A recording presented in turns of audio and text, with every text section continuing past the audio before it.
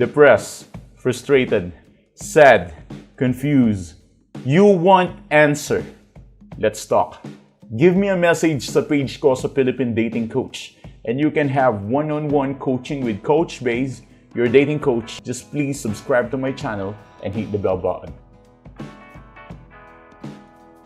Paano nga ba ibabalik ang ex mo kahit umiiwas pa siya? Paano mo siya babawiin? And today, you are very lucky dahil ngayong araw na to, I will reveal to you how to do that. Kailangan mo lang ng 5 techniques to win back your ex if they are avoiding you na.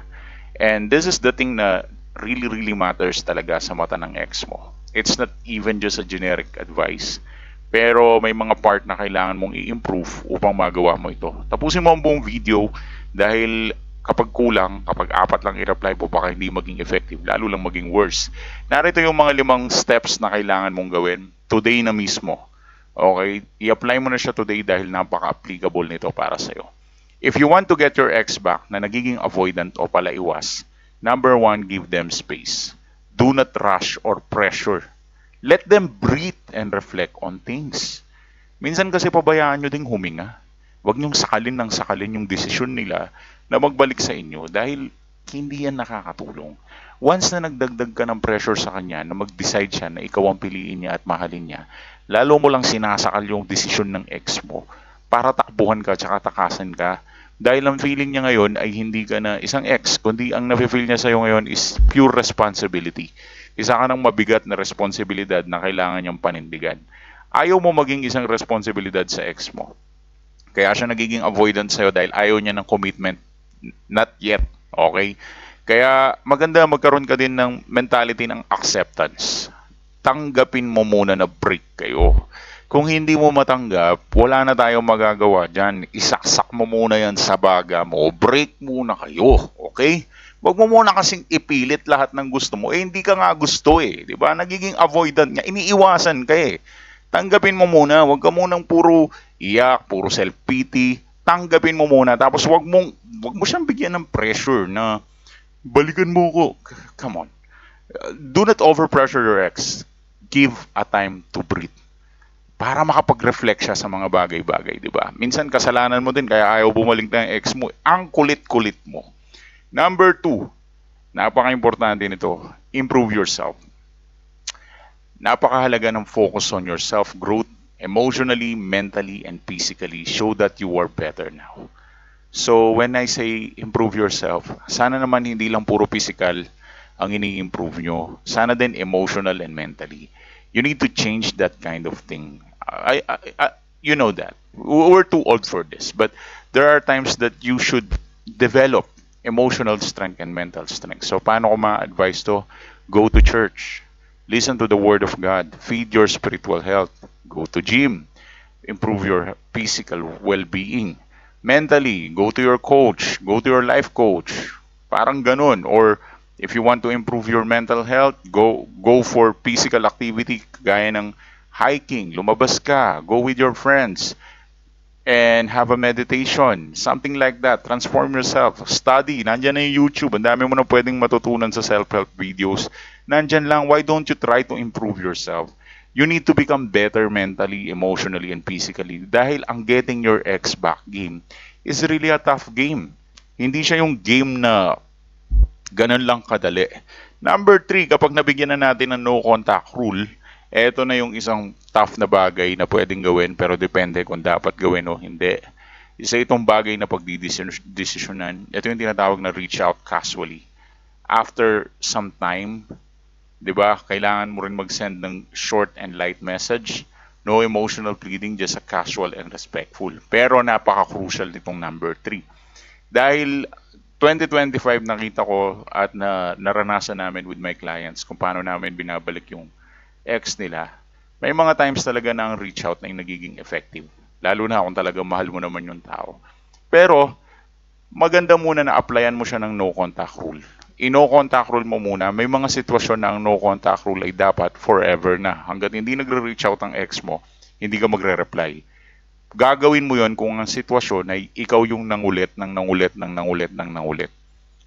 Pero kung hindi ka pa naman nangungulit ng sobra, it is just like toksikan lang ang hiwalayan nyo. after 60 days or 90 days, that is the long period of time na pwede ka naman mag-reach out. Effective na ang pagre-reach out ngayon, but that would be after 60, 90 days or 120 days.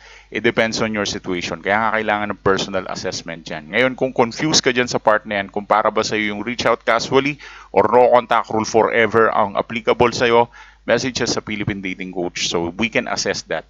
Pero kung ayaw mo ng one-on-one coaching, pwede mo namang i-assess yan sa sarili mo. Eto, number 4, show and do not tell. Let your actions speak for you. Show that you have changed. Don't just talk about it. Huwag ka masyadong mayabang. Huwag ka masyadong pa-post or pa-video sa social media. Just change, man. Just change, girl. Minsan ang pagbabago is napakalaking bagay siya dahil nagiging malaking impact siya to get your ex back. I mean, magbago ka na lang ng kusa. Magbago ka nang wala nang masyadong, alam mo yun, yung wala ka masyadong sinasabi na, oh, magbabago na ako. Just change.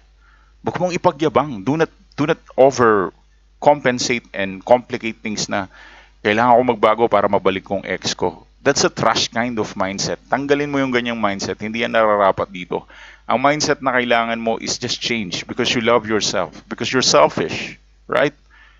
Minsan ang pagiging selfish, applicable din sa breakup eh. Kasi nung magkarelasyon kayo, puro selfless na lang yung ginagawa mo sa kanya. But maybe right now, maganda rin siguro maging selfish ka from time to time para sa sarili mo din, di ba? So, para i-treat mo ng maayos yung sarili mo. Di ba? Tama. Come on, respect yourself. At bago tayo pumasok sa number 5, talk about respect. Ito na number 5. Respect your decision. Or respect their decision. I mean, sorry doon but I simply mean respect their decision. Alam mo, nakakatulong din kung re-respetuhin mo ang desisyon ng ex mo. If they don't want to reconnect, accept it. Moving on gracefully is key. Pero yung moving on gracefully na yun, matitrigger din yung ex mo na matakot siyang mawala ka. Kaya ang ending, babalik din siya sa'yo dahil hindi niya kaya mag-move on ka sa buhay niya. Dahil yung fear of missing out or yung fear of missing you ay mag-e-exist sa mind niya dahil ayaw niyang mag-move on ka sa kanya. Parang more on validation shit na lang to di ba? Pero once you respect their decision or once you respect your decision, your ex's decision, nabubulol na ako, pag nirespeto mo ang desisyon ng ex mo, mararamdaman niya ng kusa yun. At kapag nirespeto mo ang desisyon ng ex mo, doon mo ma-activate yung taas ng level na attraction. Dahil pinapakita mong kalmado ka lang, pinapakita mong confident ka lang, at pinapakita mong believe ka sa sarili mo. Alam mo, minsan ang attraction, nakabase siya sa itsura, minsan sa pera, minsan sa status, minsan sa kung saan-saan. Pero maniwala ka man at sa hindi, walang tatalo sa behavioral attraction. Kahit maganda ka, guwapo ka, if you are not behaviorally capable na i-maintain ang relationship, wala kang silbi sa tao. O hindi ka attractive enough para sa tao na to. That is why I want you to implement behavioral changes. Iparamdam mo sa ex mo na may free will siya at may free choice siya. Maniwala ka sa akin, mag-i-increase yung level ng attraction mo magically dahil mafe-feel niya na kaya mo siyang intindihin. Napakasarap ng feeling na makipagrelasyon sa isang partner na kaya kang maintindihan.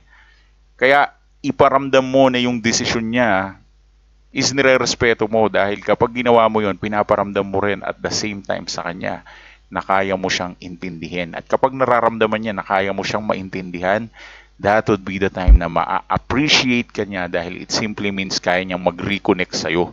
So, ganun mo lang babawiin ng ex mo kapag sobrang avoidant niya. Pagbigyan mo muna.